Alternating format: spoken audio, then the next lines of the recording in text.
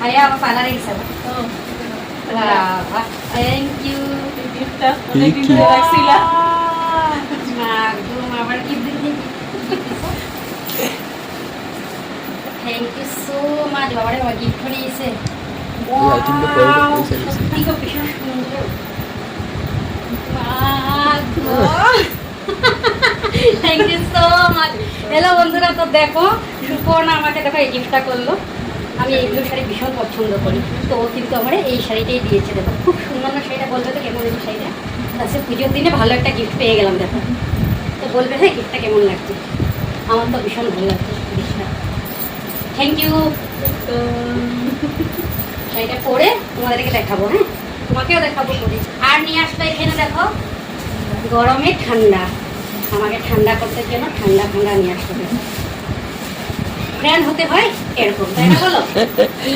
ঠান্ডা গরম একসাথে, ফ্যান হতে হলে